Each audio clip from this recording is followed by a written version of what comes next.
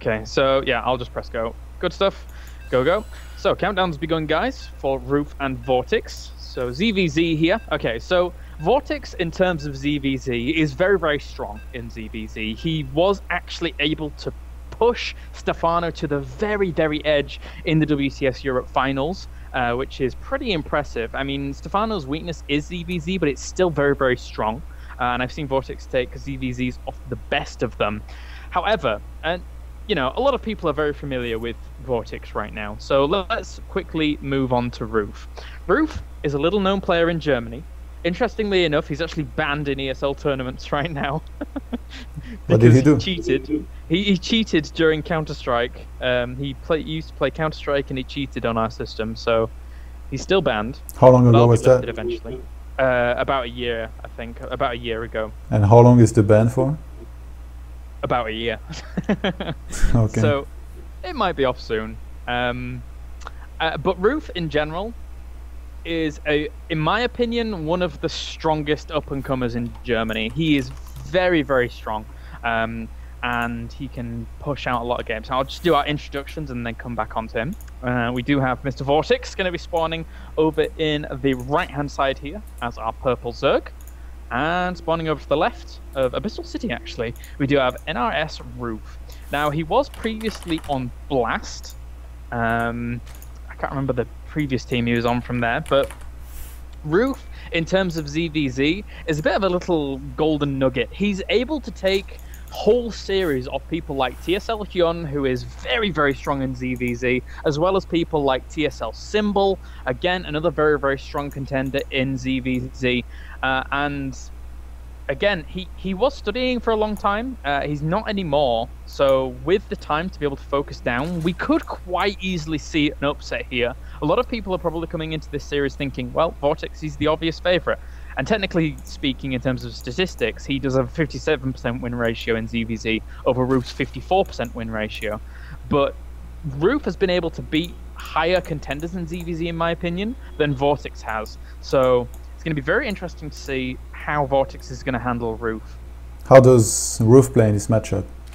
Standard baning into roaches, expansions? Yeah, he can quite easily do that. There have been moments of times where he has gone cheesy, but I mean, I think every Zerg nowadays mixes that in from time to time just to keep their opponents on their toes. But now both are going hatchery first on a map that does have quite a long rush distance, so I'm not too surprised. This map's a little bit deceptive. It looks kind of small, but when you play it, it's actually kind of big. Have you had chance to play on Abyssal City too much? No. No?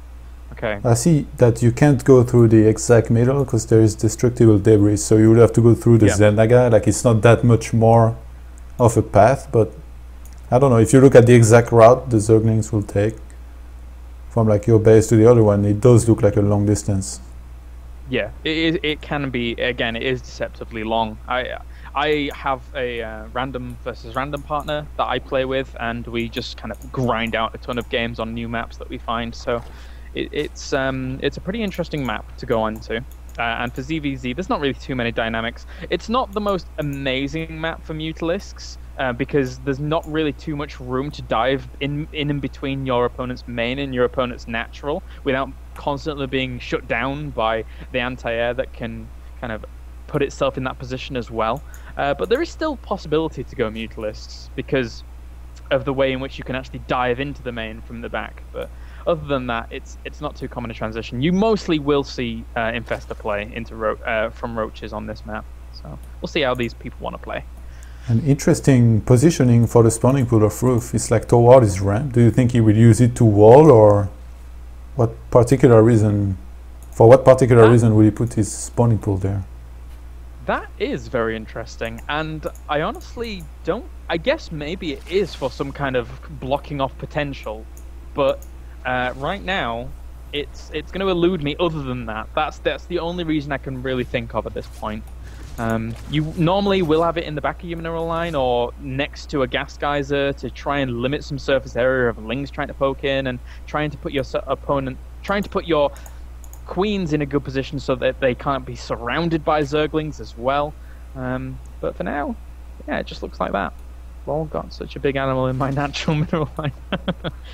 There's a poor flying shark flying all over it. He's very irritated by that. And Vortix making his Baneling Nest a little bit later than Roof this game, but he chooses to go for the quick Spine Crawler with it.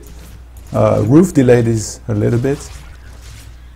And two Lings managed to sneak into the base of Vortix. I don't think he had time to click on the gas to see how much was mine. Okay, now maybe he had. Actually, no, he didn't click on it. I would have seen it. Yeah. And Roof, just right after killing the Zergling, takes to lair. But I guess this is the standard since Vortix is doing the same. You know, I'm looking at the production tab since the beginning of the game. It's like virtually identical. Everything. Yeah, exactly. Like it's a clever thing from Vortix to do in terms of scouting out his opponent, because normally what you will see, like in terms of layer timings, is very, very, standard similar timing to this for each player. Zergling's going to try and get in, but not going to get scout off of the main here for Roof.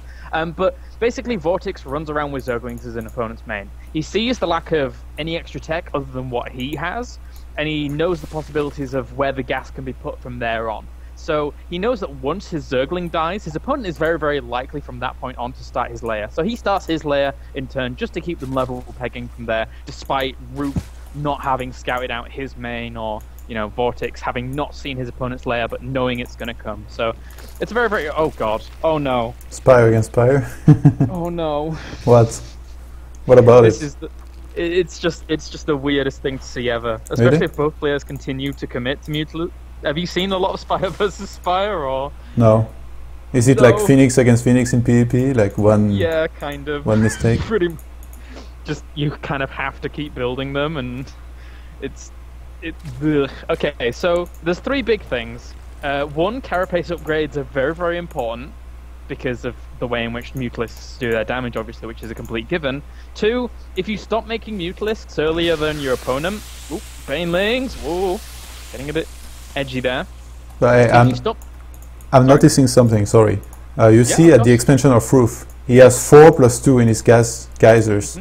And because of that, he has only 400 gas per minute in income, whereas Vortix has 450, 480, 460. So over the course of a few minutes, if he doesn't notice it, it's going to be quite of a big deal, in my opinion. You're 100% right. That is a very, very big deal as well, especially if he has to keep expending his gas on actually making these Banelings for some kind of a defensive position. But that being said, Vortix is committing to some Banelings as well. So right now he's going to continue to dance around. 3 Banelings for 3 Banelings, but just a few Zerglings get caught in that. Vortix is going to push in right now, but that Spine Crawler and Queen are going to help him out significantly here for Roof. Meanwhile, Vortix trying to take his third. Okay, so Mutas. Carapace both started for both players. They realize that that's ridiculously important. Both players are going for the Muta numbers right now. And also, when it comes to Muta versus Muta battles, it's really important to have your Zerglings with the Mutalisks, otherwise, to try and soak up some of the bounces. Because if you can prolong the longevity of your Mutalisks against your opponents, it's really, really helpful. But Vortix there, trying to gain some map control, killing off wow. I didn't know that. I guess I learned something if one day I accidentally random Zerg and I go into Mutas in a ZVZ. I'll get the Carapace first. Yeah, man. Really, really important. So, what else is actually going on? And Roof still didn't notice that he has 4+2 at his natural expansion at the gases. You're right, that's really, really brutal. That's gonna pay. He's gonna pay for that soon. He did start mining from his gases at his third earlier than Vortix did. But Vortix, does he have more Zerglings? He looks like he has a lot of, 33 to 15. But I guess it's pretty hard to capitalize on that, because one Baneling can change the tide very quickly. Yeah.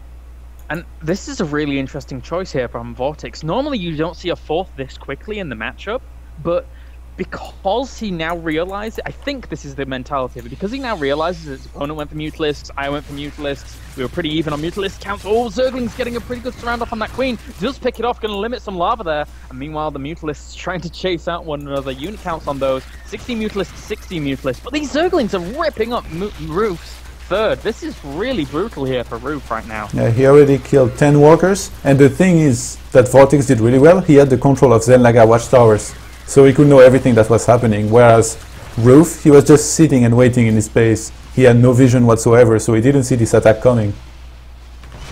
And 12 walkers were killed for Vortix. He does have less mutas, it looks like right now. Oh, 18 to 18 actually. But yeah, Vortix is gonna pull back, and I think he's right. He should just regroup his forces and try to take this army down. Yeah, this is kind of. I mean, there's going to be one moment. Roof shouldn't. I don't think he should be taking that engagement too much. Oh, but he did have his Zerglings there, so they were soaking up a few bounces. Right now, both of them are just going to commit fully to this engagement. The Zerglings way out of position here for Vortix, so as such, they weren't soaking up, and it is still 12 to 12 mutas here, though. That was because Vortix has just replenished a few. Roof does get pushed back for now, but the Zerglings of Roof still doing a little bit of tidy damage at his opponent's third. And there was something I wanted to say, but I can't remember what it was. Oh, damn it! And Roof, he had more army at the beginning of this engagement. I thought he was gonna maybe win right there. He kind of had to, because his third base died and he didn't remake it immediately. So it looked for a moment that he was gonna go all in. And he's on 45 drones right now against the 52 of Vortix, who has a force, and he's already mining from that one gas. So Vortix in a really dominant position right now. Yeah, Vortix here taking engagements where he can. The one saving grace of Roof at this point could be if he hits with his +1 whilst his opponent's +1 is on the way to finish with a similar Mutalist count, but actually Roof does have a lead here. So if he hits in this window right now, if he takes the opportunity, he could do some damage and even up the odds. But he's trying to pick up that third furiously. He will take the engagement. He does have +1, but a lot of his Mutalists are injured. Right now, Vortix putting his Zerglings just a little bit under those, so he's actually probably going to get the cleanup here, despite the +1 actually finishing for Roof. Oh, poor Roof. Yeah, and Roof losing everything. It was a little bit strange at first. It looked like Vortix was winning that fight, and then suddenly Roof was winning, and then in the end, Vortix won it.